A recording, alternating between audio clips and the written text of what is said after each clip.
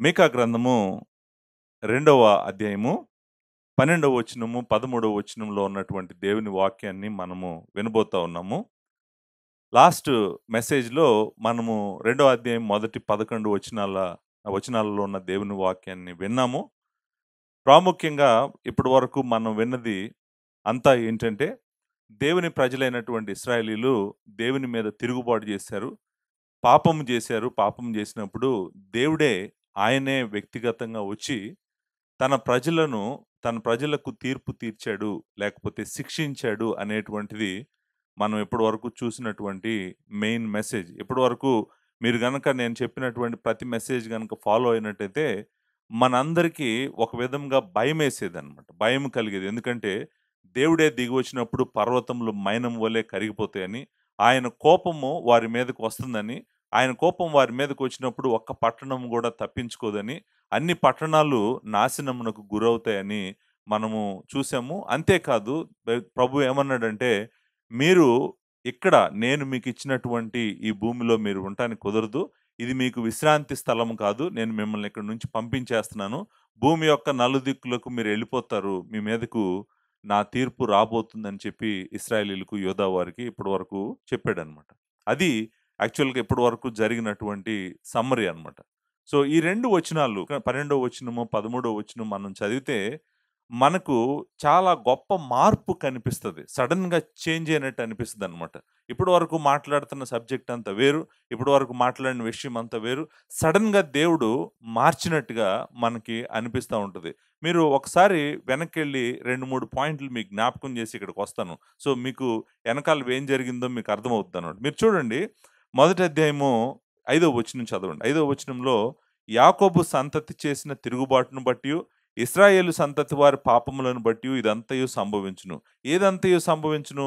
ఆయన వస్తున్నాడంట. ఇదిగో యెహోవా తన స్థలమును 3వ వచనంలో విడిచి బయలుదేరుచున్నాడు. ఆయన దిగి భూమి యొక్క ఉన్నత స్థలముల మీద నడవబోచున్నాడు. ఆయన నడువగా అగ్నికి మైనము కరుగునట్లు పర్వతములు కరిగిపోవును. లోయలు విరిగిపోవును. వాటము మీద పోసిన నీరు పారునట్లు అవి కరిగి పారును అనే మాట చూసాం. అంటే అర్థం ఏంటంటే, ఆయన వస్తున్నాడు. వచ్చినప్పుడు ఆయన వాళ్ళను శిక్షించబోతున్నాడు అని 6వ వచనం నుంచి 7వ వచనం వరకు మరి షోమ్రోను పట్టణమైనటువంటి ఇశ్రాయేలీయుల ప్రధాన పట్టణమైనటువంటి షోమ్రోనుకు ఏం జరగబోతుందో చెప్పాడు. చెప్పడమే కాదు, 8వ వచనంలో అంటాడు, నేను ప్రలాపిస్తున్నాను. అసలు దేవుని ఉగ్రత వీళ్ళ మీద పడబోతుందొచ్చి. నేను ఇప్పుడే ఏడుస్తున్నాను. నేను ఎలా ఏడుస్తున్నానంటే, మరి నక్కలు అరిచినట్లుగా అరుస్తున్నాను. నిప్పుకోడి మూలుగినట్టుగా మూలుగుతున్నాను 8వ వచనంలో చెప్పాడు. అంతేకాదు, ఆ దేవుని శిక్ష ఇశ్రాయేలు మీదకి మాత్రమే కాదంట గానీ, అది యోధాకు గూడా తగులుతదంట. 9వ వచనంలో అంటాడు, దానికి తగిలిన గాయములు మరణకరములు. అవి యోధాకు గూడా తగిలి ఉన్నాయి. నా జనుల గుమ్మముల వరకు, యెరూషలేము వరకు అవి వచ్చి ఉన్నవి అనేటువంటి మాట మనం చూస్తాం. అక్కడి నుంచి మొదటి అధ్యాయం 10వ వచనం నుంచి 16వ వచనం వరకు అంతా గూడా ఏంటంటే, ఒక్కొక్క పట్టణం ఎలా నాశనం అయిపోతది, ఎలా దేవుని యొక్క తీర్పు వాళ్ళ మీదకి రాబోతుందనేటువంటి చాలా పట్టణాల గురించి, దాదాపు ఒక 10, 11 పట్టణాల గురించి మాట్లాడుతూ వచ్చాడు. రెండో అధ్యాయంకొచ్చినప్పటికీ వాళ్ళు చేసినటువంటి పాపము చెప్పాడు. చెప్తూ మూడో వచనంలో అంటాడు, రెండో అధ్యాయం మూడో వచనంలో, యెహోవా సెలవిచ్చినదేమనగా, గొప్ప అపాయకాలం వచ్చుచున్నది. దాని క్రింద నుండి తమ మెడలను తప్పించుకొనలేకున్నంతగా, గర్వముగా నడవలేకున్నంతగా ఈ వంశమునకు కీడు చేయనుద్దేశించున్నాను. చూడండి, దేవుడే ఒకవేళ విపత్తును, కీడును ఆయన బిడ్డల మీదకు తీసుకొచ్చాడనుకోండి, ఎవరు తప్పించుకోలేరు. ఆయన అంటాడు, నేనే తీసుకొస్తున్నాను అంటున్నాడు. నేనే వీళ్ళ మీదకి విపత్తు తీసుకొస్తున్నాను. వీళ్ళకి నాశనము నా నుంచే కలుగుతది వీళ్ళకి. ఎందుకంటే వీళ్ళు నా మీద తిరుగుబాటు చేశారు. నా మాట వినట్లేదు అని చెప్పి ఆయన మాట్లాడినట్టుగా మనము చూస్తామనమాట. అప్పుడు అంటాడు ఆయన, 4వ వచనంలో, 5వ వచనంలో అంటాడు, ఇంకెవరు ఉండరు ఇక్కడ ఈ దేశంలో. అందరూ ఈ దేశం వదిలిపెట్టి వెళ్ళిపోతారు. ఈ దేశంలో ఉన్నటువంటి స్థలాన్ని, పొలాన్ని పంచుకోవటానికి కూడా, చీట్లు వేసి పంచడానికి కూడా మీరెవరు ఇక్కడ ఉండరు. స్థలాలుండవు, పొలాలుండవు, మీ ఇళ్ళు గూడా ఉండవు. మీరు ఏదేదైతే పేదల నుంచి, విధవరాళ్ళ నుంచి, బలహీనుల నుంచి లాక్కున్నారో, ఇళ్ళు లాక్కున్నారంట, స్థలాలు లాక్కున్నారంట, పొలాలు లాక్కున్నారంట. బలవంతుల గురించి మాట్లాడుతూ ఆయన అంటాడు, మీరేదైతే లాక్కున్నారో అవి వేరే వాళ్ళొచ్చి లాక్కుంటారు మీ దగ్గర నుంచి. మీకన్నా బలవంతులొస్తారు. మీకన్నా పవర్‌ఫుల్ పీపుల్ వచ్చి లాగేసుకుంటారు. మీరు దేని మీదైతే ఆశ పెట్టుకొని బతుకుతూ నా ప్రజలను నాశనం చేస్తున్నారో, మీకది దొరకకుండా నేను చేస్తాను. అసలు మీరు ఈ భూమిలోనే లేకుండా మిమ్మల్ని చేస్తాను అని చెప్పి దేవుడు చాలా కోపముగా మాట్లాడుతున్నట్టుగా మనం ఎప్పటి వరకు చూసాం. ఇప్పటి వరకు మనకు కనపడిందంతా కూడా తీర్పే. మొదటి అధ్యాయం మొదటి వచనం నుంచి రెండో అధ్యాయం 11వ వచనం వరకు చూసిందంతా కూడా దేవుని యొక్క తీర్పు. లాస్ట్‌లో అన్నాడు చూడండి, రెండో అధ్యాయం 10వ వచనంలో ఈ మాట అంటాడు. ఏమంటాడంటే, "ఈ దేశము మీ విశ్రాంతి స్థలము కాదు. మీరెళ్ళిపోండి ఇక్కడి నుంచి. మీరు ఏ దేశమైతే నేను మీకు పాలు, తేనెలు ప్రవహించే దేశంగా ఇచ్చానో, ఏ దేశంలో అయితే మీరు సంతోషంగా, ఆనందంగా నివాసం చేయాలో, ఏ దేశమైతే మీకు విశ్రాంతినిచ్చేదో, ఆ దేశంలో మీరు ఉండటానికి వీల్లేదు. మీరెళ్ళిపోండి ఇక్కడి నుంచి. విశ్రాంతి స్థలం మీకు కాదు. మీరు లేచి వెళ్ళిపోవుడి" అనే మాట ఉంది గదండీ! మీకు నిర్మూల నాశనం కలుగునంతగా మీరు అపవిత్ర క్రియలు జరిగించితిరి. ఆ మాట మీరు గమనించారు. ఎంత ఎంత పాపం చేశారంటే దేవుడేమంటున్నాడంటే, మీరు నేనిచ్చినటువంటి స్వాస్థ్యము, నేనిచ్చిన ఆశీర్వాదాలు మీరు అనుభవించడానికి అర్హులు కాదు. మీరిక్కడి నుంచి వెళ్ళిపోండి. వెళ్ళిపోండి. వెళ్ళిపోవటానికి నేను శత్రువుని తీసుకొస్తున్నాను. ఒక విపత్తు, కీడు మీ మీదకి తీసుకొస్తున్నాను. ఆ కీడు వస్తది. వచ్చిన రోజు మీరు మొత్తం నాశనమైపోతారు. మీ పట్టణాలు ఏం మిగలవు. షోమ్రోనే మిగలదన్నాడు. ఇంక పట్టణాల సంగతి పక్కన పెట్టండి. క్యాపిటల్ సిటీనే మిగలదన్నాడు. సో, క్యాపిటల్ సిటీ మొత్తము రాళ్ళ కుప్ప చేసేస్తానన్నాడు. పొలం చేస్తానన్నాడు. మళ్ళీ దాంట్లో ద్రాక్ష చెట్లు నాటేటట్టు చేస్తానన్నాడు. చూడండి, ఒక మహాపట్టణాన్ని ఆయన ద్రాక్ష చెట్లు నాటేటట్టు చేసేసానని అన్నాడంటే అర్థం ఏంటంటే, ఇంక అక్కడైతే ఏమీ మిగిలే పరిస్థితి అయితే లేదు. సో, ఇప్పటి వరకు మీకా ప్రకటిస్తున్నాడు ఈ సత్యాన్ని. అంటే యెరూషలేములో, తర్వాత యూదాలో, ఇజ్రాయెల్ దేశంలో జరుగుతున్న పాపమంతా చెప్తూ, యెరూషలేము వీధుల్లో తిరుగుతూ ప్రకటిస్తున్నాడు. నేను మరలా చెప్పాను. ఈయన ప్రకటిస్తా ఉన్న టైంలో యెషయా అక్కడే ఉన్నాడు అని చెప్పాను మీకు. సో, యెషయా గూడా ప్రకటిస్తున్నాడు. ఈయన గూడా ప్రకటిస్తున్నాడు. ఈయన గూడా ప్రకటిస్తూ ఇప్పుడు ఇశ్రాయేలీయుల స్పందన ఏమై ఉండాలి? ఇశ్రాయేలీయుల స్పందన ఏమై ఉండాలంటే, అయ్యో! దేవుడి నుండి ఉగ్రత మా మీదకి రాబోతుంది. దేవుని శిక్ష మా మీదకి రాబోతుంది. మేము మా పాపమును విడిచిపెడతాము. విడిచిపెట్టి మేము దేవుడి వైపు తిరుగుతాము. మేమింకా ఆయన మీద తిరుగుబాటు చేయము. మేము అన్యాయంగా ఎవరిది ఏమీ లాక్కోము. మేము నీతి న్యాయాలతో భూమి మీద బతుకుతాము అని చెప్పి వాళ్ళు అనాల్సింది. నేను అనుకుంటాను వాళ్ళు అలా అనలేదు. వాళ్ళు అలా అనరు. పుస్తకం అంతా మనం చదువుతూ వెళ్తున్నప్పుడు మనకు అర్థమవుతది. వాళ్ళు అలా అనరు. అనరు కాబట్టి దేవుడు ఏదైతే చెప్పాడో దాన్ని సంపూర్ణంగా చేస్తాడు. ఎప్పుడూ గుర్తుపెట్టుకోండి. దేవుని తీర్పు మనుషుల మీదకి, ఆయన మనుషుల మీదకి వస్తదన్నప్పుడు వాళ్ళు పశ్చాత్తాపపడితే దేవుడు ఆగుతాడు. పశ్చాత్తాపపడలేదంటే గనక తప్పకుండా ఆయన యొక్క శిక్ష వాళ్ళ మీదకి వస్తది. వీళ్ళ మీదకి ఆయన శిక్ష రాబోతుంది. వీళ్ళు పశ్చాత్తాపడినట్లు నాకేమీ కనిపించలేదు. కాకపోతే ఇప్పుడు సడెన్‌గా మీరు 12వ వచనం, 13వ వచనం చూసారనుకోండి, చాలా గొప్ప మార్పు ఉంటదన్నమాట. సడెన్‌గా ఆయన ఇప్పటి వరకు మాట్లాడిన విషయం ఒకలాగుంటది. ఇప్పుడు 12, 13 వచనాల్లో మాట్లాడుతుంది వేరేలాగుంటది. చూడండి ఒకసారి నేను చదువుతాను. 12వ వచనం, 13వ వచనం. మీరు తెలుగు బైబిల్‌లో గూడా మీరు చూసారో లేదో 12వ వచనం, 13వ వచనం ఇంకొక వేరే పారాగ్రాఫ్‌లో ఉంది. గమనించారు గదా మీరు. సో, మీరు అనుకోవచ్చు పాస్టర్ గారు 11 వచనాలు ఒక మెసేజ్‌లో జెప్పారు. ఇప్పుడు 2 వచనాలు ఇంకొక మెసేజ్‌లో చెప్తానంటున్నారు. ఎందుకు మీరు అలా చెప్తున్నారు? నేనెందుకు అలా చెప్తున్నానంటే, మొదటి 11 వచనాలు ఒక గ్రూప్‌లో ఉన్నాయి. తర్వాత 2 వచనాలు వేరే గ్రూప్‌లో ఉన్నాయి. ఆ మొదటి 11 వచనాలు మాట్లాడుతున్న టాపిక్, సబ్జెక్ట్ ఒకటే. 12, 13 మాట్లాడుతున్న సబ్జెక్ట్, టాపిక్ ఒకటి. అందుకని నేను మిక్స్ చేయకూడదు. ఎందుకంటే అక్కడ మెసేజ్‌లో అంత వ్యత్యాసం ఉందన్నమాట. విషయంలో, టాపిక్‌లో అంత తేడా ఉంది కాబట్టి నేను అలా మాట్లాడుతున్నాను. సో, దేవుని వాక్యం ఎలా ఉందో దాని ప్రకారం నేను వెళ్ళటానికి ప్రయత్నం చేస్తున్నాను. ముందు చదువుదాము 12, 13 అసలు ఏం చెప్తున్నాడు ప్రభువు అనేటువంటిది. యాకోబు సంతతి, తప్పక నేను మిమ్మల్నందరినీ పోగు చేయుదును. ఇశ్రాయేలీయులలో శేషించిన వారిని తప్పక సమకూర్చుదును. బొజ్రా గొర్రెలు కూడునట్లు వారిని సమకూర్చుదును. తమ మేత స్థలములలో వారిని పోగు చేతును. గొప్ప ధ్వని పుట్టునట్లుగా మనుష్యులు విస్తారముగా కూడుదురు. ప్రాకారములు పగలగొట్టువాడు వారికి ముందుగా పోవును. వారు గుమ్మములను పగలగొట్టి దాని ద్వారా దాటిపోవుదురు. వారి రాజు వారికి ముందుగా నడుచును. యెహోవా వారికి నాయకుడుగా ఉండును. చూసారండి? ఎంత టోన్ చేంజ్ ఉందో చూడండి సడెన్‌గా. అంటే ఇక్కడ దేవుడు ఎంతో దయగలవానిగా మనం గమనిస్తా ఉన్నాం. నాకు ఈ 2 వచనాలకి ఒక టైటిల్ పెట్టాలంటే మహాదేవుని మహాకృప అని పెడితే బావుంటదేమో అని అనిపించిందనమాట. అంటే దేవుడు సడెన్‌గా వాళ్ళ మీద కనికర పడుతున్నట్టుగా, వాళ్ళ మీద జాలి పడుతున్నట్టుగా, వాళ్ళని మరలా కనికరిస్తాను, నేను మీకు తోడుగా ఉంటానని చెప్తున్నట్టుగా మనకి ఈ 2 వచనాలు అనిపిస్తాయన్నమాట. చూసారండి ఎంత చేంజ్ సడెన్‌గా వచ్చేటప్పటికే ఒక రీడరు సరిగ్గా అర్థం చేసుకోలేడు. అసలు తట్టుకోలేడు గూడా. ఎందుకంటే వెళ్తున్న ఫ్లోకి ఏమైందంటే సడెన్‌గా ఆపేసి దానికి అపోజిట్ డైరెక్షన్‌లో వెళ్తున్నట్టుగా మనకి వచనాలు అనిపిస్తా ఉన్నాయన్నమాట. చూడండి ఎందుకు ప్రవక్త లేకపోతే దేవుడు ఇలా మాట్లాడుతున్నాడు. ఇప్పుడేమంటున్నాడు? దేవుడేమంటున్నాడంటే, మిమ్మల్ని ఈ భూమిలో నుంచి పంపించేస్తాను. పాలు, తేనెలు ప్రవహించేటువంటి కానానులో నుంచి. అది మీకు విశ్రాంతి స్థలం కాదన్నాడు గదా! మీరిక్కడి నుంచి ఎళ్ళిపోండి అన్నాడు గదా! మిమ్మల్ని పంపించేస్తానన్నాడు గదా! భూమి యొక్క అన్ని వైపులకి విసిరేస్తానన్నాడు. నిజానికి ఆయన ముందే చెప్పాడు చేస్తానని. ఎక్కడ చెప్పాడో తెలుసా? ద్వితీయోపదేశకాండం 28 అధ్యాయంలో చెప్పాడు. మీరు గనక నా ఆజ్ఞలను వినకపోతే గనక మీ మీదకు ఇదిగో ఈ శాపాలు వస్తాయి అన్నాడు. ఆ శాపాలే వీళ్ళ మీదకి వస్తుందన్నమాట. మీరు మరలా చెప్తున్నాను గుర్తుపెట్టుకోండి. పాత నిబంధన గ్రంథంలో ద్వితీయోపదేశ కాండం తర్వాత మలాకి గ్రంథం వరకు గూడా ఇశ్రాయేలీయుల మీదకొచ్చిన శాపాలన్నీ ఏంటంటే ద్వితీయోపదేశ కాండం 28 అధ్యాయం.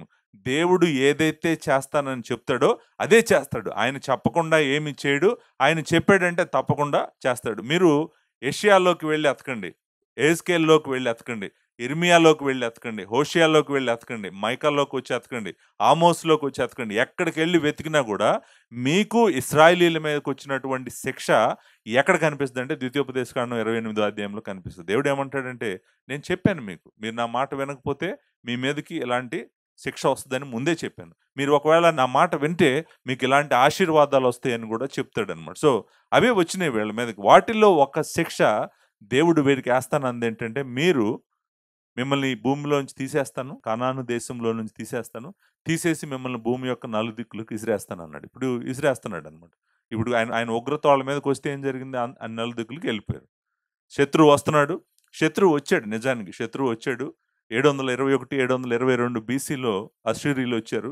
వచ్చి ఇశ్రాయేలీయుల 10 గోత్రాలను తీసుకొని మొత్తం వాళ్ళ సామ్రాజ్యం మొత్తం ఇసిరేశారు. వేరే వాళ్ళని తీసుకొచ్చి ఇజ్రాయెల్ దేశంలో పెట్టారు. వేరే ప్రాంతాల్లో ఉన్న వాళ్ళని తీసుకొచ్చి పెట్టారు. సో, దేవుడు ఏదైతే చెప్పాడో, ఏదైతే చేస్తానని చెప్పాడో ఎగ్జాక్ట్‌గా అదే చేస్తున్నాడు అనేటువంటిది మీరు గుర్తుంచుకోవాలి. కానీ మీరు జ్ఞాపకం ఉంచుకోండి. అసలు ఎందుకు ఆయన సడెన్‌గా ఇంత దయగల మాటలు మాట్లాడుతున్నాడు? ఇంత తీర్పు మధ్యలో, ఇంత కోపం మధ్యలో దేవునికి ఎందుకు ఇంత దయగల మాటలొస్తున్నాయి? రావాల్సిన అవసరం ఏంటి? అనేది మీరు ఆలోచించాలి. ఆలోచించాలి. మీరు జాగ్రత్తగా ఆలోచించాలి. ఎందుకో నేను చెప్తాను. మీరు నాతో పాటు ఆలోచించండి. ఎందుకంటే ఇజ్రాయేలీల్లో లేకపోతే యోధాలో అందరూ దుర్మార్గులు గాదు. వాళ్ళలో నిజంగా దేవుడిని ప్రేమించేవాళ్ళున్నారు. వాళ్ళు నిజంగా దేవుడిని వెంబడించేవాళ్ళున్నారు. దేవుడంటే ఇష్టపడేవాళ్ళున్నారు. వాళ్ళు శేషమై ఉండొచ్చు. శేషము అంటే తక్కువ మంది. Very few. రెమ్నెంట్ అంటాం మనం ఇంగ్లీష్‌లో. వాళ్ళు శేషమై ఉండొచ్చు. వాళ్ళు కొద్దిగా మందే అయ్యుండొచ్చు.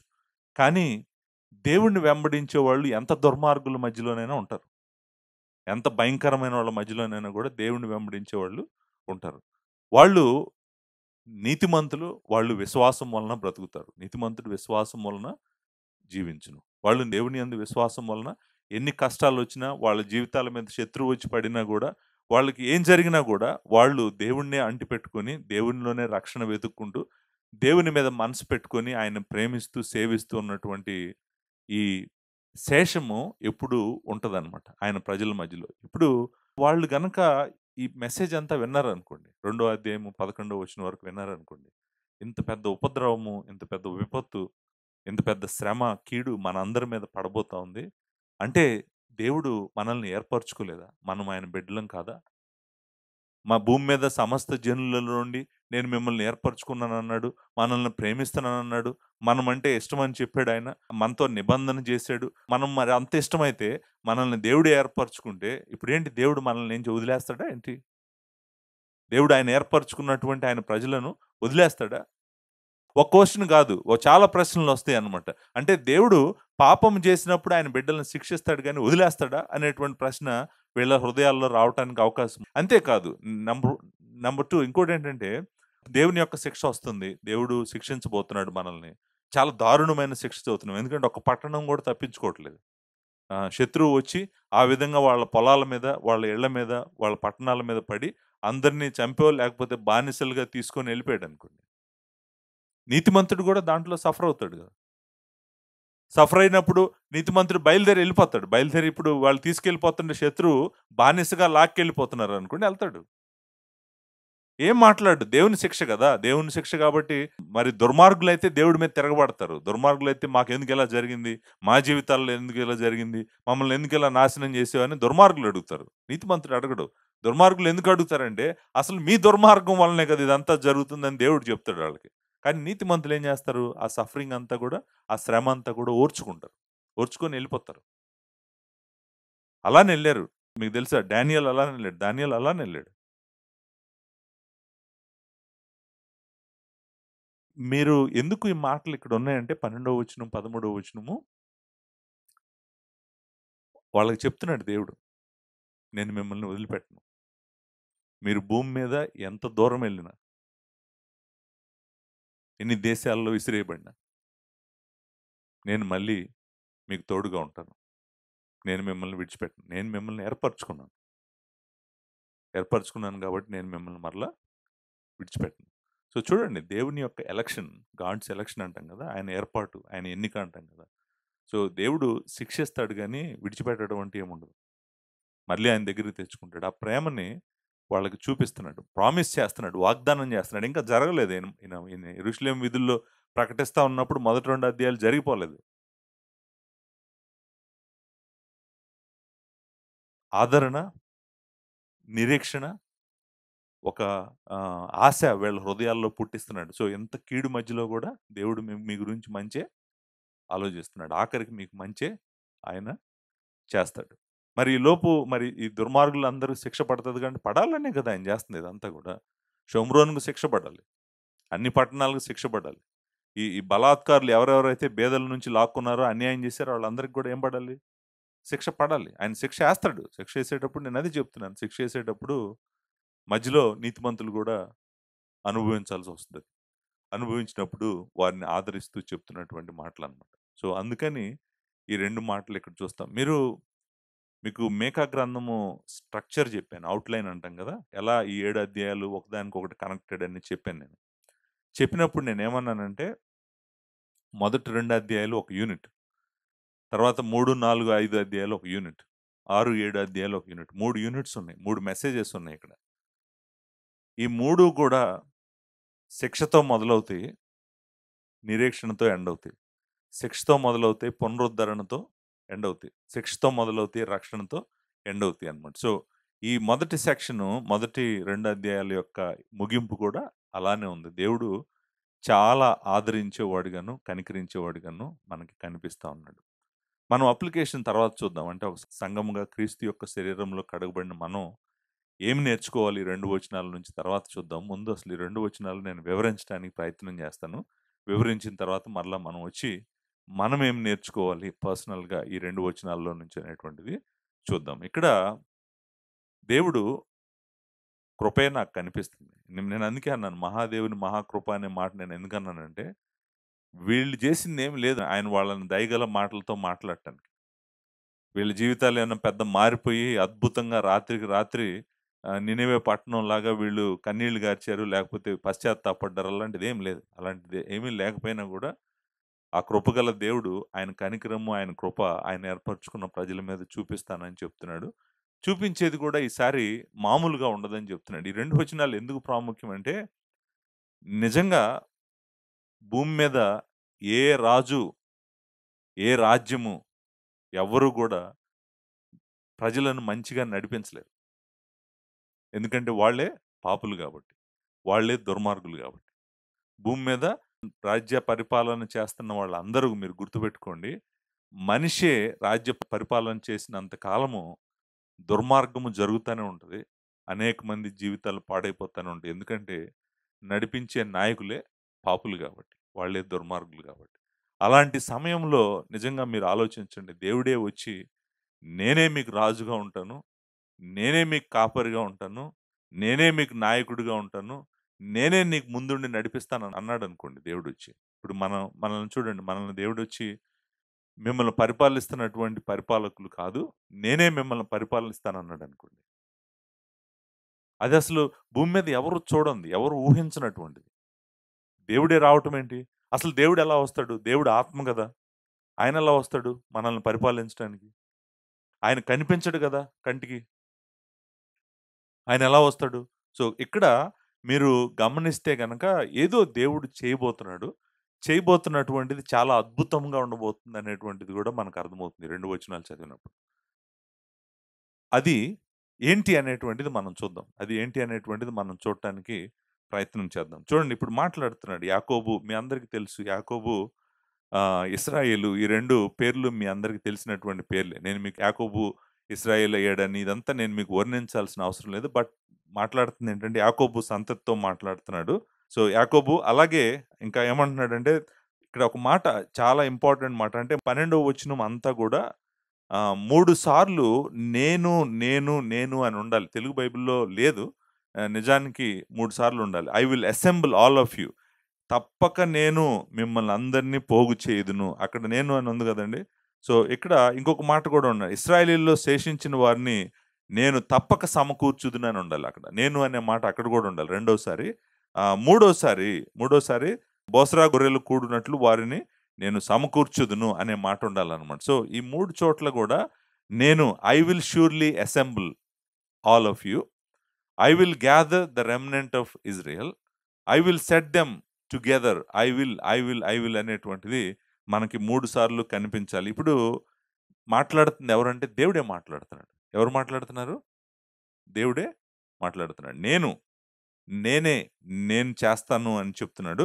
ఏం చేస్తాడంట? 12వ వచనం మొత్తం చెప్పేది ఏంటో చెప్పమంటారండి? ఆయన ఒక కాపరిలాగా ఇశ్రాయేలీయులకు పని చేయబోతున్నాడంట. ఎలా పని చేయబోతున్నాడు? ఒక కాపరి. షెపర్డ్ అంటాం కదండీ! షెపర్డ్. కాపర్లు మనం పాస్టర్ అని ఇంగ్లీష్‌లో అంటుంటాము. కాపరి. కాపరి అంటే అర్థం ఏంటంటే కాచేటువంటి వాడు. తన మందను జాగ్రత్తగా కాసేటువంటి వాడు. ఇప్పుడు ఆయన ఏమంటున్నాడంటే నేనే నా మందను కాస్తానంటున్నాడు. చూసారా? ఇప్పుడు మీరు జాగ్రత్తగా గమనించండి. దేవుడు మందను కాస్తే ఎంత మంచిగా ఉంటదో మీ అందరికీ తెలుసు. భూమి మీద మనుషులు మందను కాస్తే ఎలా ఉంటదో మీకు తెలుసు. దేవుడే తన మందను కాస్తే ఎలా ఉంటదో మీకు తెలుసు. ఆయనే కాపరిగా వస్తే ఎలా ఉంటదో మీ అందరికీ తెలుసు. ఇక్కడ ఏమంటున్నాడంటే, నేను మీ మందని కాస్తాను అంటున్నాడు. మీరు 12వ వచనంలో సమ్మరీ ఏంటంటే కాపరి. అదే అక్కడ మనకు కనిపించేది. ముందు అసలు కాయాలంటే గొర్రెలే లేవు గదా! గొర్రెలన్నీ ఎక్కడికెక్కడికో చెదిరిపోయినాయి. దేవుని తీర్పు వాళ్ళ మీదకొచ్చినప్పుడు ఏమైనాయి గొర్రెలన్నీ? చెదిరిపోయినాయి. చెదిరిపోయినాయి. అసల ఏ దేశంలో ఉన్నారో గూడా తెలీదు. ఏ గొర్రెలు ఏ దేశంలో ఉన్నారో, ఎక్కడున్నారో యాకోబు సంతానం భూమి మీద ఎవరికీ తెలీదు గదా! తెలియనప్పుడు ఆయన ఏమంటున్నాడో తెలుసా? ఏమంటున్నాడంటే, నేనే వాళ్ళందరినీ ఒక చోటకి తీసుకొస్తాను. నేనే వాళ్ళందరిని ఒక చోట తీసుకొస్తాను. వాళ్ళెక్కడున్నారో నాకు తెలుసు. వాళ్ళేం జేస్తున్నారో నాకు తెలుసు. వాళ్ళ జీవితాల్లో ఏం జరుగుతుందో తెలుసు. నేను వాళ్ళని తీసుకొస్తాను. సమకూరుస్తాను. మీరు చూడండి, ఆ మాట చూడండి. తప్పక నేను మిమ్మల్ని అందరిని పోగు చేయుదును. పోగు చేయడం అంటే తెలుసు గదా మీకు? ఒక చోటకి తీసుకొని రావడం. పోగు చేయుదును. ఇశ్రాయేలీయుల్లో శేషించిన వారిని తప్పక సమకూర్చుదును. ఇక్కడ శేషించిన వారు అనే మాట ఉంది గదండీ! ఆ మాటను దయచేసి మీరు అండర్‌లైన్ జేసుకోండి. మరలా మనం ఈ మాట దగ్గరికి తిరిగి రాబోతున్నాం. శేషించిన అంటే మిగిలినోళ్ళు. రెమినెంట్ అంటాం గదా! నేను ఇందాక చెప్పాను ఆల్రెడీ. మీకు శేషించిన వారు అంటే అర్థము ఈ ఉపద్రవం అంతా తట్టుకొని, ఈ ఉపద్రవంలో బతికి ఎక్కడో ఉంటారు గదా! భూమి యొక్క నలుదిక్కుల్లో. ఏమంటున్నాడంటే, ఈ కష్టాన్ని తట్టుకొని బ్రతికి ఉన్నవారు మీరెక్కడున్నా గూడా వారిని శేషించిన వారు అంటున్నాడు. ఆ శేషించిన వారిని ఏమంటాడంటే, నేను పోగు చేస్తాను, సమకూర్చుదును అనే మాట ఉంది గదండీ! సో, గ్యాదరింగ్, అసెంబ్లింగ్ అంటాం గదా! సో, ఒక చోటకి తేవటం అనమాట. ఒక చోటకి ఎక్కడికి తెస్తాడంట? ఎక్కడికి తెస్తాడో మనకు చెప్పట్లేదు నిజానికి ఎక్కడికి. మళ్ళీ వాళ్ళందరిని పోగు చేసి తీసుకొని పాలు, తేనెలు ప్రవహించే ప్రదేశానికి తీసుకొస్తాడా? ఎక్కడికి తీసుకొస్తాడనేటువంటిది మనకు చెప్పట్లేదు. బట్ మనం ఇంప్లాయిడ్ మీనింగ్‌లో అర్థం జేసుకోవాలి. కానీ ఎలా సమకూరుస్తాడంట? ఎలా పోగు చేస్తాడంట అంటే, ఇక్కడ ఒక మాట అంటాడు. బోస్రా గొర్రెలు కూడునట్లు వారిని సమకూర్చుదును అంటాడు. బోస్రా అంటే అర్థము గొర్రెల దొడ్డి. బోజ్రా అనే మాటకు అర్థం ఏంటంటే గొర్రెల దొడ్డి. అంటే గొర్రెల దొడ్డికి ఎలాగైతే గొర్రెలన్నిటిని ఒక కాపరి తోలుకొని వస్తాడో, ఒక ప్లేస్, కన్ఫైన్డ్ స్పేస్ అంటాం గదా! చుట్టూ బ్యారియర్ ఉండి, దానికి ఒక గేట్ ఉండి, దాని లోపలికి అన్ని గొర్రెలని ఒక మందంతటిని తీసుకొచ్చి, దాని చుట్టూ ఆయన భద్రతను కలుగు చేస్తాడు గదా! అది బోజ్రా అండి. బోజ్రా యొక్క మీనింగ్ గొర్రెల యొక్క దొడ్డి. మనము ఫోల్డ్ అంటాం. షీప్ ఫోల్డ్ అంటాం ఇంగ్లీష్‌లో అయితే. సో, ఆ ఫోల్డ్‌లోకి వాళ్ళందరినీ గ్యాదర్ చేస్తాడండి. కూడునట్లు అనే మాట, కూడునట్లు వారిని సమకూర్చుదును. తమ మేత స్థలములలో వారిని పోగు చేతును. చూడండి ఇప్పుడు ఈ దొడ్డి, గొర్రెల దొడ్డి చిన్నగానే లేదు. చాలా పెద్దగా ఉన్నట్టుగా కూడా కనిపిస్తుంది. ఎందుకంటే తమ మేత స్థలములలో వారిని పోగు చేస్తానంటున్నాడు కదా! అంటే అర్థం ఏంటంటే అది కేవలము దొడ్డి మాత్రమే కాదు. వాళ్ళు చక్కగా కలిసి తింటూ ఆహారం తింటూ, సమృద్ధిగా తింటూ, తాగుతూ సరిపోయినన్ని నీటితో ఉన్నటువంటి ఒక మంచి ప్రాంతము. ఆ మాట మేత స్థలము అనే మాట ఉంది కదా! మనము పాస్చర్ అంటాము ఇంగ్లీష్‌లో. ఆ పాస్చర్స్ దగ్గరికి ఆయన సమకూరుస్తాడంట. అంటే అర్థం ఏంటంటే, ఆయన ఏం చేస్తానంటున్నాడంటే, నేనే వ్యక్తిగతంగా ఎలాగైతే ఆయనే వచ్చి వాళ్ళని తీర్పు తీర్చాడో, ఎలాగైతే ఆయనే వచ్చి ఉన్నత స్థలాల మీద నడిచి, పర్వతాలను మైనంగా కరిగించి వాళ్ళని శిక్షించాడో, ఆయనే ఇప్పుడు ఏమంటున్నాడంటే, నేను నా ప్రజలకు కాపరిగా రాబోతున్నాను. నా ప్రజలకు నేనే కాపరిగా వస్తాను. వచ్చి వాళ్ళు ఎక్కడున్నా, ఏ ప్రాంతంలో ఉన్నా వారినందరిని ఒక చోటుకి తీసుకొస్తాను. వారికి చక్కగా మేత నేను పెడతాను. నేను వాళ్ళని మంచిగా చూసుకుంటాను. ఇది ఈ పిక్చర్ చూడండి. ఈ పిక్చర్ చదువుతుంటే మనకి చాలా దేవుడే కాపరిగా ఉంటే ఎంత మంచిది. ఎందుకంటే ఇశ్రాయేలీయుల రాజులందరూ మీరు చదవండి. మొదటి సమూయేలు గ్రంథం చదవండి. రెండో సమూయేలు గ్రంథం చదవండి. మొదటి రాజుల గ్రంథం చదవండి. రెండో రాజుల గ్రంథం చదవండి. మొదటి దినవృత్తాంతాలు చదవండి. రెండవ దినవృత్తాంతాలు చదవండి. ఏ రాజుకు కూడా సరిగ్గా మనుషులను పాలించడం తెలీదు. అందరూ పాపులే. అందరూ పాపులే. నీతిమంతుడు అనే మాట మనం దావీదు గురించి చూస్తుంటాం నీతిమంతుడు. కానీ దావీదు ఎంత నీతిమంతుడో మనందరికి తెలుసు. ఏ రాజు కూడా సరిగ్గా కాపరిగా పనిచేయలేదు ఇశ్రాయేలీయుల చరిత్రలో. ఒక్క రాజు కూడా ఒక కాపరి గొర్రెలను ఎలా ప్రేమిస్తాడో, ఎలా పట్టించుకుంటాడో అలా చేయలేదు. కాబట్టే వాళ్ళ జీవితాలు అలా అయిపోయినాయి. దేవుడే గనక కాపరిగా పట్టించుకుంటే ఎలా ఉంటదంటే 23వ కీర్తనలో అంటాడు, యెహోవా నా కాపరి. నాకు లేమి కలుగదు. యెహోవానే మనకి కాపరిగా ఉంటే ఎంత మంచిది. ఈయన అంటాడు నేనే వాళ్ళకి కాపరిగా వస్తాను. నేనే వాళ్ళకి కాపరిగా ఉంటాను. మీకు యెషయా గ్రంథం 40వ అధ్యాయం గుర్తుంది గదా! ఆయన కాపరిగా ఉండి ఎలా నడిపిస్తాడు గొర్రెల్ని. యెషయా గ్రంథం 40వ అధ్యాయము ఆహ్, మీరు 11వ వచనం చదివితే మనకు అర్థమవుతదండి. గొర్రెల కాపరి వలె ఆయన తన మందను మేపును. చూడండి. గొర్రెల కాపరి వలె ఆయన తన మందను మేపును. తన బాహువుతో గొర్రె పిల్లలను కూర్చి రొమ్మున ఆనించుకుని మోయును. పాలిచ్చు వాటిని ఆయన మెల్లగా నడిపించును. చూడండి. ఎంత ఆయన తన బిడ్డల్ని ఎలా కాస్తాడు, ఎలా ప్రేమిస్తాడు అనేటువంటి పిక్చరు మనకి ఇక్కడ అర్థమవుతుంది. నిజానికి దేవుడు కాపరి, నేను మంచి కాపరినని లార్డ్ జీసస్ క్రైస్ట్ న్యూ టెస్ట్‌మెంట్‌లో చెప్తాడు గదా! నిజానికి ఆ పిక్చరు మరలా మనం ఓల్డ్ టెస్ట్‌మెంట్‌లో చూస్తాం. దేవుడే కాపరిగా ఉండి ఇశ్రాయేలీయులను జాగ్రత్తగా నడిపిస్తున్నటువంటి ఇమేజ్ మనం చూస్తాం. యెహెజ్కేలు గ్రంథము 34 అధ్యాయము కాపర్లు ఎలా ఆ ఇశ్రాయేలీయులను కాసారో మాట్లాడతాడు. 34 అధ్యాయం పెద్ద చాప్టరు. మీరు చాలా విషయాలున్నాయి ఇక్కడ. కానీ అక్కడ ఆయన అంటాడు 34 అధ్యాయము 2వ వచనంలో, "నరపుత్రుడా ఇశ్రాయేలీయుల కాపరులను గూర్చి ఈ మాట ప్రవచింపుము. ఆ కాపరులతో ఇట్లను ప్రభువగు యెహోవా సెలవిచ్చినదేమనగా, తమ కడుపు నింపుకొను ఇశ్రాయేలీయుల కాపరులకు శ్రమ. కాపరులు గొర్రెలను మేపవలెను గదా! మీరు క్రొవ్విన గొర్రెలను వధించి, కొవ్వును తిని, బొచ్చును కప్పుకొందురు గాని గొర్రెలను మేపరు. బలహీనమైన వాటిని మీరు బలపరచరు. రోగము గల వాటిని స్వస్థపరచరు. గాయపడిన వాటిని కట్టుకట్టరు. తోలివేసిన వాటిని మరలా తోలుకొనరారు. తప్పిపోయిన వాటిని వెదకరు. అది మాత్రమే గాక మీరు కఠిన మనస్కులై బలాత్కారంతో వాటిని ఏలుదురు. చూడండి ఎలా ఉన్నారు కాపర్లు, ఇశ్రాయేలీయుల కాపర్ల గురించి ఆయన మాట్లాడుతూ ఈ మాటలు చెప్తున్నాడు. కానీ ఆయన అలా ఉండడంట. ఆయన ఎలా ఉంటాడంట? 11వ వచనంకి రండి. యెహెజ్కేలు గ్రంథం 34 అధ్యాయము 11వ వచనంలో. ప్రభువైన యెహోవా సెలవిచ్చినదేమనగా, ఇదిగో నేనే నా గొర్రెలను వెదికి వాటిని కనుగొందును. తమ గొర్రెలు చెదిరిపోయినప్పుడు కాపరులు వాటిని వెదుకున్నట్లు నేను నా గొర్రెలను వెదికి చీకటి గల మబ్బు దినమందు ఎక్కడెక్కడికి అవి చెదిరిపోయినో అక్కడ నుండి నేను వాటిని తప్పించి, చీకటి గల దినము అంటే ఆయన శిక్ష వాళ్ళ మీదకొచ్చినప్పుడు. మనము యెహోవా దినము అనే మాట కూడా చదివాము. ఆయన శిక్ష వాటి మీదకొచ్చినప్పుడు వాళ్ళు చెదిరిపోయారంట. వాటిని తప్పించి, ఆయా జనులలో నుండి వాటిని తోడుకొని వచ్చి, ఆయా దేశములలో నుండి వాటిని సమకూర్చి, వాటిని స్వదేశంలోనికి వాటిని తెచ్చి, పర్వతముల మీదను, వాగుల యొద్దను, దేశమందున్న సకలమైన కాపురపు స్థలమందును వాటిని మేపెదను. చూడండి ఆయన ఎంత చక్కటి కాపరో చూడండి. 15వ వచనం. నేనే నా గొర్రెలను మేపి పరుండబెట్టుదును. ఇదే ప్రభువగు యెహోవా వాక్కు. 16వ వచనం. తప్పిపోయిన దానిని నేను వెదుకుదును. తోలివేసిన దానిని మరలా తోలుకొని వచ్చెదను. గాయపడిన దాన్ని కట్టుదును. దుర్బలముగా ఉన్న దానిని, బలహీనంగా ఉన్న దాన్ని బలపరచుదును. అయితే కొవ్విన వాటికిని, బలం గల వాటికిని శిక్షయను మేతపెట్టి లయపరచెదను. అంటే ఎవరికి ఏం అవసరమో, ఏ గొర్రెకి ఏం కావాలో, ఏ గొర్రె ఎక్కడుందో మొత్తము ఆయనే పట్టించుకొని, మొత్తం ఆయనే చేస్తాను. నేనే కాపరిగా ఉంటాను వీళ్ళకి. నేనే నడిపిస్తాను వీళ్ళనని చెప్పి దేవుడు ప్రామిస్ చేస్తున్నాడు. మీరు యెషయా గ్రంథంలో మనం చూసాం. అలాగే యెహెజ్కేలు గ్రంథంలో చూసాం. ఇర్మియాలో చూస్తాము. నిజానికి ఈ పిక్చరు దేవుడే కాపరిగా ఇశ్రాయేలీయులకు వస్తాడు. ఆయనే కాపరిగా చూస్తాడనేటువంటిది చాలా మంచి పిక్చర్ ఇది. సో, అది మనం ఇక్కడ చూస్తున్నాం. కానీ మీరు గమనించండి ఆయన పోగు చేస్తానన్నాడు గదా! 12వ వచనంలో మళ్ళీ వెనక్కొచ్చేద్దాం. రెండో అధ్యాయం 12వ వచనం. మీకా గ్రంథం రెండో అధ్యాయం 12వ వచనంలో ఆయనేమన్నాడు?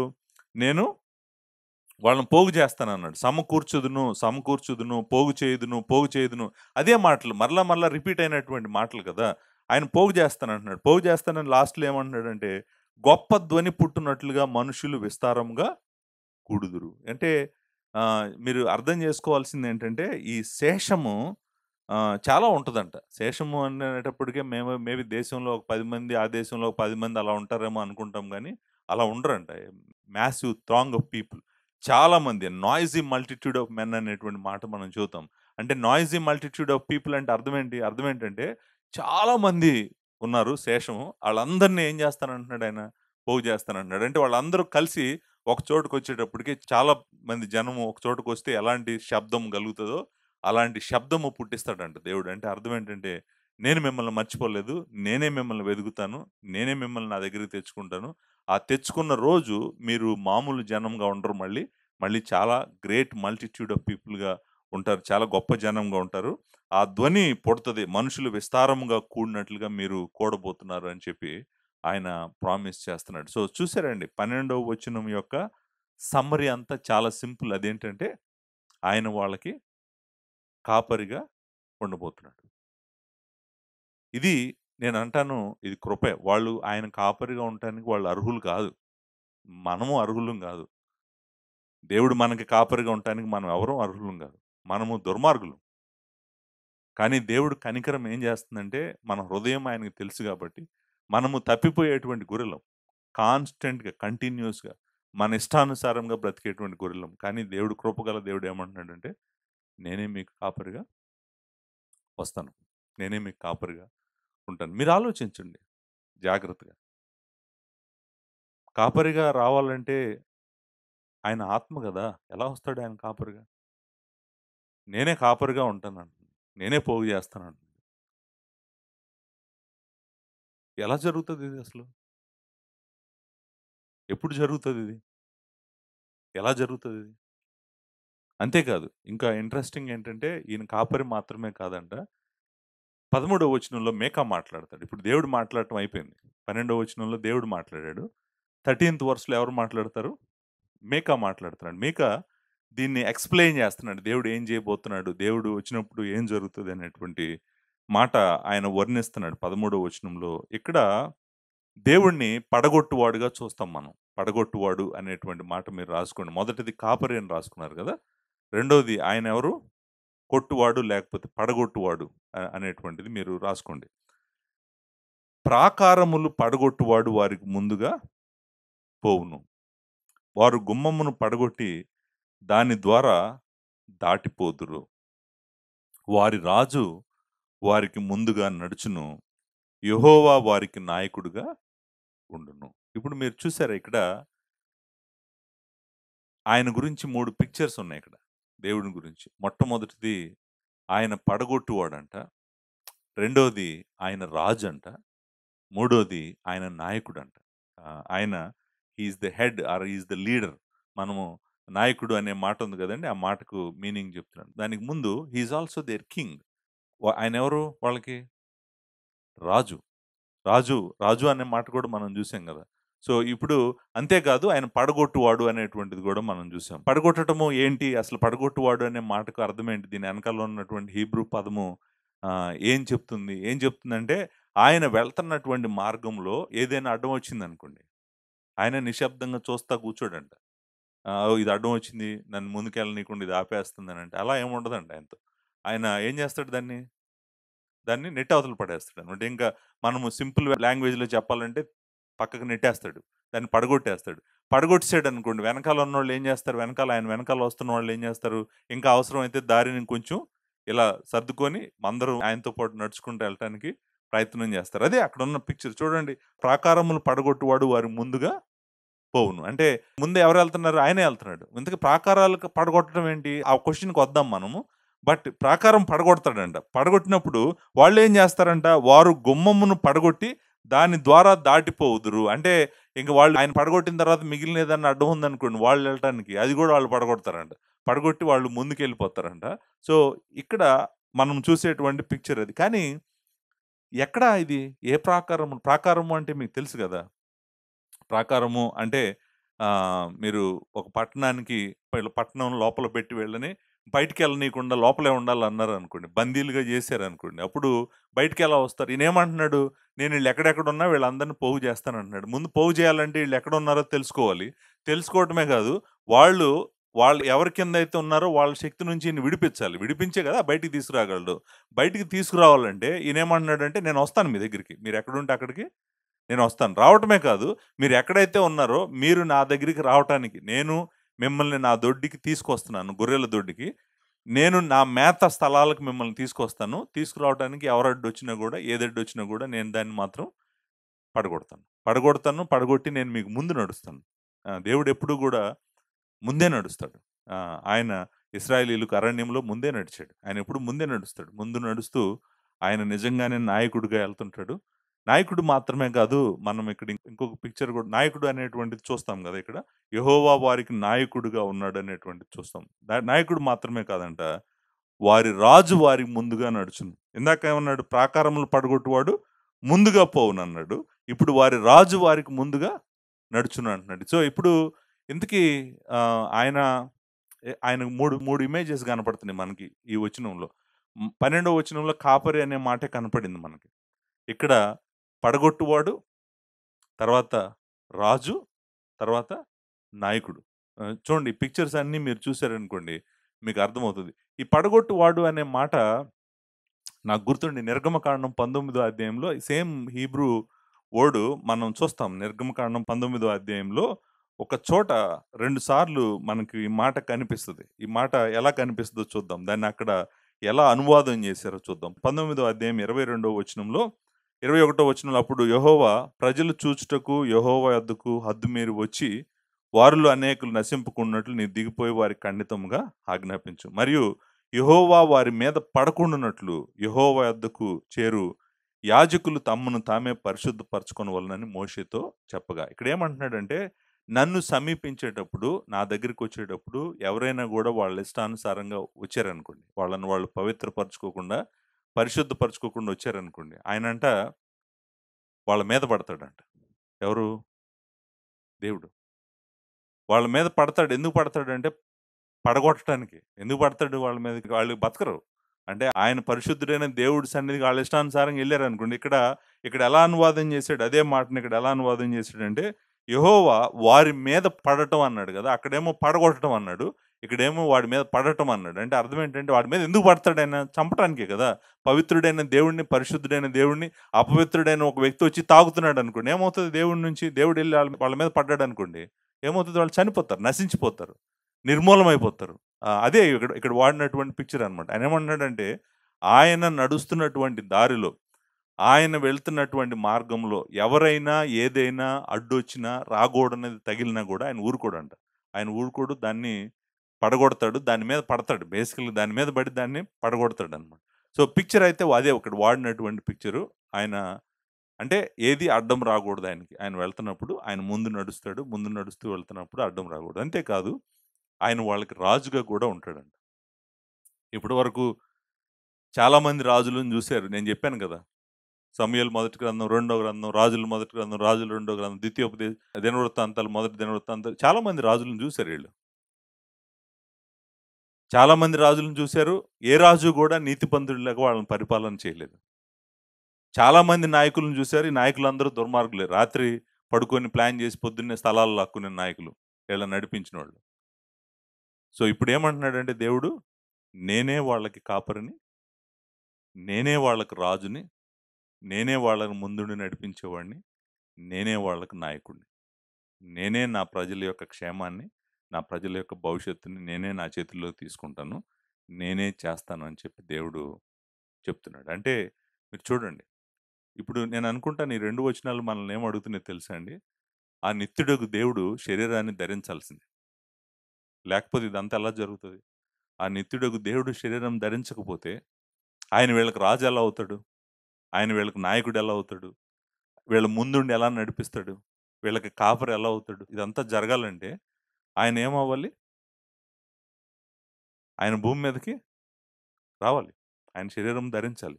ధరించి రావాలి. మీరు గమనించారో లేదో? 12వ వచనంలో నేనే అన్నాడు కదా! ఎవరు నేనే? యెహోవా. యెహోవా. మీకా కాదు. నేనే మిమ్మల్ని మీకా కాదు మాట్లాడుతుంది. యెహోవా. ముందుండి పడగొట్టేవాడు ఎవరు? రాజు ఎవరు? నాయకుడు ఎవరు? యెహోవానే. లార్డ్ జీసస్ క్రైస్ట్ ఎవరు? మీరు నేను ఆ మాట అన్నాను అనుకోండి, అందరూ కన్‌ఫ్యూజ్ అయిపోతారు. లార్డ్ జీసస్ క్రైస్ట్ యెహోవా అంటున్నారు పాస్టర్ గారు. లార్డ్ జీసస్ క్రైస్ట్ ఎవరు? మరి ఇదంతా చేసేది ఎవరు? లార్డ్ జీసస్ క్రైస్టే కదా! మరి లార్డ్ జీసస్ క్రైస్ట్ ఎవరు? కాదా? ఆలోచించండి. నేను ఇంకొక 2, 3 విషయాలున్నాయి. ఎక్స్‌ప్లనేషన్ అయిపోయింది. వర్ణించడం అయిపోయింది. ఈ 2 వచనాలు మీకు అర్థమైంది. కానీ అసలు ఇది ఎప్పుడు జరుగుతది? వీళ్ళు బబులోను, అష్షూరీయులు పట్టుకెళ్ళినప్పుడు ఇదంతా జరిగిపోయిందా? లేకపోతే ప్రభువు ఆయనే కాపరిగా వచ్చి వాళ్ళని ఆయన దగ్గరికి పిలిచి, నేనే మీకు రాజుగా ఉంటాను, నా రాజ్యంలోకి రండి అని పిలిచినప్పుడు జరిగిపోయిందా? రోమీలు వచ్చి మరలా వాళ్ళని చెదరగొట్టి భూమి యొక్క నలుదిక్కులకు ఇసిరేసినప్పుడు జరిగిందా? లేకపోతే 1947లో మళ్ళీ భూమి మీద ఉన్న సమస్త జనుల్లో నుండి దేవుడు ఇశ్రాయేలీయులను పోగు చేసి ఒక మందలాగా తీసుకొచ్చి పాలు తేనెలు ప్రవహించే దేశంలో పెట్టినప్పుడు జరిగిందా? అసలు ఎప్పుడు జరిగింది ఇది? ఎప్పుడు జరుగుతది ఇది? ఇంకా జరగాల్సిందుందా? అసలు ఇది ఇంకా జరగలేదు, ఇదంతా జరగాల్సిందుందా? ఎప్పుడు జరుగుతది ఒకవేళ ఇది జరిగితే గనక? ఏంటిది ఈ వచనాలను, ఈ 2 వచనాలను మనం ఎలా అర్థం చేసుకోవాలి? అర్థం చేసుకోవాలంటే కొద్దిగా మేకా గ్రంథాన్ని మనము 2, 3 వైపుల నుంచి చూడాలి జాగ్రత్తగా. అంటే ఇదే టాపికు, ఇదే విషయాన్ని మరలా ఎక్కడన్నా ఏ విధంగానైనా మాట్లాడాడా? ఇంకొన్ని క్లూస్ ఏమైనా ఉన్నాయా మనకి ఈ పుస్తకంలో అనేటువంటిది చూస్తే గనక మనకు కొద్దిగా అర్థమవుతుంది. దయచేసి నాతో పాటు 4వ అధ్యాయము 6వ వచనానికి రండి. 6వ వచనం, 7వ వచనం చదువుదాం. మీరు 2:13లో వాళ్ళకి రాజు ముందుగా నడుస్తాడని ఉంది గాని, వాళ్ళ రాజు యెహోవా అని అక్కడ లేదు గదా! నాయకుడు యెహోవా అని ఉంది గదా! కానీ వాళ్ళ రాజు ఎవరో మనకు తెలీదక్కడ. చూడండి ఇప్పుడు మనకు కొంచెం కొంచెం క్లారిటీ వస్తుంటది చూడండి. We are understanding it little more. ఇక్కడ అంటాడు, "ఆ దినమున నేను కుంటివారిని పోగు చేయుదును. అవతలకు వెళ్ళగొట్టబడిన వారిని, బాధింపబడిన వారిని సమకూర్చుదును." సమకూర్చడం అనేటువంటి మాట మీకు అందరికీ తెలుసు. ఇదే యెహోవా వాక్కు. కుంటివారిని శేషముగాను, దూరముగా వెళ్ళగొట్టిన వారిని బలమైన జనముగాను నేను చేతును. శేషము అనే మాట మీరు ఆల్రెడీ చూసారు. ఇక్కడ ఏమంటాడంటే, దూరముగా వెళ్ళగొట్టబడిన వారిని బలమైన జనముగాను నేను చేతును.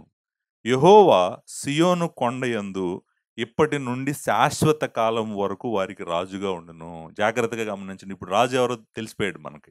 రాజు ఎవరంట? రాజు ఎవరు? యెహోవానే. నాయకుడెవరు? యెహోవానే. కాపరి ఎవరు? యెహోవానే. మనకిప్పుడు పిక్చర్ అర్థమవుతుంది. అంతే కాదు ఆయన ఏమంటాడంటే, సియోను కొండయందు అంటే అర్థం ఏంటంటే, ఆయన రాజ్యము యొక్క క్యాపిటల్ సిటీ జెరూసలేమేనండి. మరలా చెప్తున్నాను. మీరందరూ ఎవరన్నా అసలు ఇజ్రాయేలీల పని అయిపోయింది, వాళ్ళ స్టోరీ అయిపోయింది, అసలు దేవుడు ఇజ్రాయేలీలను వదిలేసాడు, వాళ్ళని పట్టించుకోవట్లేదు అని ఎవరన్నా మాట్లాడుతున్నారనుకోండి, సియోను హాంకాంగ్‌లో లేదు గదా! మీ అందరికీ తెలుసు. లండన్‌లో లేదు, న్యూయార్క్‌లో లేదు. సియోన్ ఎక్కడుంది? సియోను యెరూషలేము. మనల్ని మరలా ఎక్కడికి తీసుకెళ్తున్నాడు ఆయన? రాజులకు రాజుగా, రాజుగా ఇశ్రాయేలీయులకు రాజుగా శాశ్వతము ఎక్కడి నుంచి ఉంటాడంట ఆయన? ఎక్కడి నుంచి? సియోనులో నుంచి. సియోను కొండయందు ఇప్పటి నుండి శాశ్వత కాలము వరకు వారికి రాజుగా ఉండును అనేటువంటి మాట మనం చూస్తాం. మనము ఇక్కడే కాదు, కొంచెం ముందుకు వెళ్దాం. ముందుకెళ్తే మనకు అర్థమవుతది. 5వ అధ్యాయము 2వ వచనం. మనందరికీ తెలిసినటువంటి వచనము. నాకు తెలిసి క్రిస్మస్ వరుస అనమాట ఇది. క్రిస్మస్ వరుసే కదా ఇది. 5వ అధ్యాయం 2వ వచనం. ఏంటి 5వ అధ్యాయం 2వ వచనము? బెత్లెహేము ఎఫ్రాతా, యోదా వారి కుటుంబములలో నీవు స్వల్ప గ్రామమైనను నా కొరకు ఇశ్రాయేలును ఏలబోవాడు నీలో నుండి వచ్చును. ఎవరు ఇశ్రాయేలీయులను ఏలేవాడు? రాజు. ఇశ్రాయేలీయులను ఏలే రాజు ఎక్కడి నుంచి వస్తాడంట? బెత్లెహేము ఎఫ్రాతాలో నుంచి వస్తాడంట. ఆ! నువ్వు స్వల్పమైన దానివైనా కూడా నా కొరకు ఇశ్రాయేలీయులను ఏలబోవాడు నీలో నుండి వచ్చును. పురాతన కాలం మొదలుకొని శాశ్వత కాలము ఆయన ప్రత్యక్షమవుతుండు. చూడండి, ఆయనకు మొదలు లేదంట. ఆయనకు ఎండ్ లేదంట. ఆయన వస్తాడంట. ఆయన ఎక్కడి నుంచి వస్తాడంట? బెత్లెహేము ఎఫ్రాతాల నుంచి వస్తాడు. ఆయన ఇశ్రాయేలీయులు నా ప్రజలను ఏలబోవాడు అని అన్నాడు. సో, ఇప్పుడు ఏలబోవాడు అంటే అర్థం రాజే కదండీ! రాజు కదా! ఇశ్రాయేలీయుల రాజు ఎక్కడి నుంచి వస్తాడంట? బెత్లెహేము ఎఫ్రాతా నుంచి వస్తాడు అనేటువంటిది మనకు అర్థమైంది. మీరు గమనించారో లేదో, ఇందాక 4వ అధ్యాయము 7వ వచనంలో ఒక మాట మనం మర్చిపోయినట్టున్నాము. నేను 4వ అధ్యాయంకి వస్తాను కాబట్టి మరలా అక్కడ చూస్తాము. అక్కడ 7వ వచనంలో అంటాడు, వారినంట బలమైన జనంగా నేను చేస్తాను అంటున్నాడు. అంటే అర్థం ఏంటంటే the nation of Israel will be a very powerful nation. బలమైన జనంగా చేయటం ఏంటి? బలమైన జనంగా చేయటం అంటే ఇప్పుడు ఆయనే రాజుగా ఉన్నాడు అనుకోండి, వాళ్ళకి భూమి మీద ఉన్న అన్ని దేశాల మీద పవర్ఫుల్ కంట్రీ అవుతుందా? అవదా? వాళ్ళని బలమైన జనంగా చేస్తానన్నాడు. చేస్తానని ప్రామిస్ చేస్తున్నాడు. అంతేకాదు ఇక్కడ అంటాడు ఆయన వాళ్ళలో నుంచి వస్తాడు. 4వ వచనంకు ముందు శేషించిన వారు అని 3వ వచనంలో చూస్తాం మనం. 4వ వచనంలో ఆయన నిలిచి యెహోవా బలము పొంది తమ దేవుడైన యెహోవా నామ మహాత్మ్యమును బట్టి తన మందను మేపును. మందను మేపుతాడంటే అర్థం ఏంటి? ఆయన కాపరిగా మనం ఆయన్ని చూస్తాం. కాగా వారు నిలుతురు. ఆయన భూమ్యంతముల వరకు ప్రబలుడగును అనే మాట కూడా మనం చూసాం. So, is going to be very powerful king అనేటువంటిది కూడా మనము ఈ విషయంలో చూస్తామనమాట. సో, మీరు 5వ అధ్యాయము 7వ వచనం, 8వ వచనంలో కూడా ఈ మాట ఉంటదనమాట. యాకోబు సంతతిలో శేషించిన వారు, శేషించిన వారు అని ఇందాక మనం 12వ వచనం చదివాం గదా! శేషించిన వారు యెహోవా కురిపించు మంచు వలెను, మనుష్య ప్రయత్నము లేకుండాను, నరుల యోచన లేకుండాను, గడ్డి మీద పడు వర్షం వలన ఆయా జనుల మధ్య ఉందురు. చాలా బ్లెస్సింగ్ ఉంటారంట వాళ్ళు అనేక జనులకు. యాకోబు సంతతిలో శేషించిన వారు అన్యజనుల మధ్యను అనేక జనముల్లో అడవి మృగములలో సింహం వలను ఎవడును విడిపించకుండా లోపలికి చొచ్చి గొర్రెల మందలను తొక్కి చీల్చు కొదమ సింహం వల్లే ఉందురు అన్నాడు. ఏమంటున్నాడంటే వాళ్ళు ఎక్కడున్నా కూడా భూమి మీద వాళ్ళని విడిచిపెట్టను నేను. నేను వాళ్ళకి తోడుగా ఉంటాను. వాళ్ళు పవర్‌ఫుల్ పీపుల్‌గానే ఉంటారు వాళ్ళు అని చెప్తున్నాడనమాట. ఇంకొక వచనం చదివి నేను ఈ ఈ ఈ విషయాన్ని నేను ఎండ్ చేస్తాను. 7వ అధ్యాయము 18వ వచనం. 7వ అధ్యాయము 18వ వచనంలో ఈ మాట చూస్తాము. తన స్వాస్థ్యములో శేషించిన వారు, శేషము ఇందాక మళ్ళా 12వ వచనంలో ఆ మాట చదివాను. రెమనెంట్ అంటాం. శేషించిన వారి దోషములను పరిహరించి వారు చేసిన అతిక్రమముల విషయమై వారిని క్షమించు దేవుడవైన నీతో సమానుడు ఎవడున్నాడు? ఆయన కనికరము చూపుట యందు సంతోషించువాడు గనుక నిరంతరము కోపముంచుడు. ఆయన మరలా మన యందు జాలిపడును, మన దోషములను అణిచివేయును, వారి పాపములన్నింటినీ సముద్రపు అగాధములో నీవు పడవేతువు. ఇక్కడ మీరు జాగ్రత్తగా గమనిస్తే ఏం జరుగుతుందంటే అండి, ఆయన వస్తాడంట. రావటం మాత్రమే గాదు, వాళ్ళందరినీ ఎక్కడున్నారో వెతుకుతాడంట. వెతకడం మాత్రమే గాదు, వాళ్ళని పోగు చేస్తాడంట. పోగు చేయడం మాత్రమే గాదు, వాళ్ళకు పాప క్షమాపణ గూడా దయచేస్తాడంట. దయచేసి వాళ్లకు నాయకుడుగాను, వాళ్ళకి రాజుగాను, ఆ మందకు కాపరిగాను ఆయన పనిచేస్తాడంట. సో, నా ప్రశ్న ఏంటంటే అసలు ఇదంతా ఎప్పుడు జరిగింది? ఎప్పుడు జరుగుతది? జరుగుతుందా? జరుగుతదా? ఫ్యూచర్‌లోనా? ఎప్పుడు ఇదంతా జరగబోతుంది? యెహోవాను వాళ్ళు ఎప్పుడు రాజుగా అంగీకరించారు? ఎప్పుడు యెహోవా సియోను పర్వతం మీద రాజుగా కూర్చున్నాడు? ఎప్పుడు పరిపాలించాడు ఇశ్రాయేలీయులని ఆయన రాజుగా ఉండి? ఆయన రాజ్యము ఇస్తాననంటే ఏమన్నారు? మాకు రాజ్యం వద్దు, రాజు వద్దన్నారు. దేవుని రాజ్యము సమీపంగా ఉంది. మీరు మారు మనసు పొంది ఆయన వైపు తిరగమంటే నాకొద్దన్నారు. రాజు వద్దన్నారు. రాజ్యం గూడా వద్దన్నారు. సో, ఆయనను రాజుగా వీళ్ళు అంగీకరించలేదు. ఆయనను కాపరిగా గూడా వాళ్ళు అంగీకరించట్లేదు. యోహాను సువార్త 10వ అధ్యాయంలో నేను మంచి కాపరినన్నాడు. ఆయన కాపరిగా గూడా ఆళ్ళు అంగీకరించట్లేదు ఇశ్రాయేలీయులు. ఆయనను రాజుగా గూడా అంగీకరించట్లేదు. ఆయన నాయకుడిగా గూడా అంగీకరించట్లేదు. అయితే ఇదంతా ఎప్పుడు జరుగుతుంది? నేను అనుకుంటాను ఆయన చాలా సార్లు వాళ్ళకి సహాయం చేశాడు. బబులోను నుంచి ఆయన పోగు చేసి తీసుకొచ్చాడు. ఎజ్రా, నెహెమ్యాలు మీరు చదివితే అర్థమవుతది. మళ్ళీ వాళ్ళు చెదిరిపోయారు భూమి యొక్క నలుదిక్కులకి. మళ్ళీ ఆయన పోగు చేశాడు వాళ్ళని.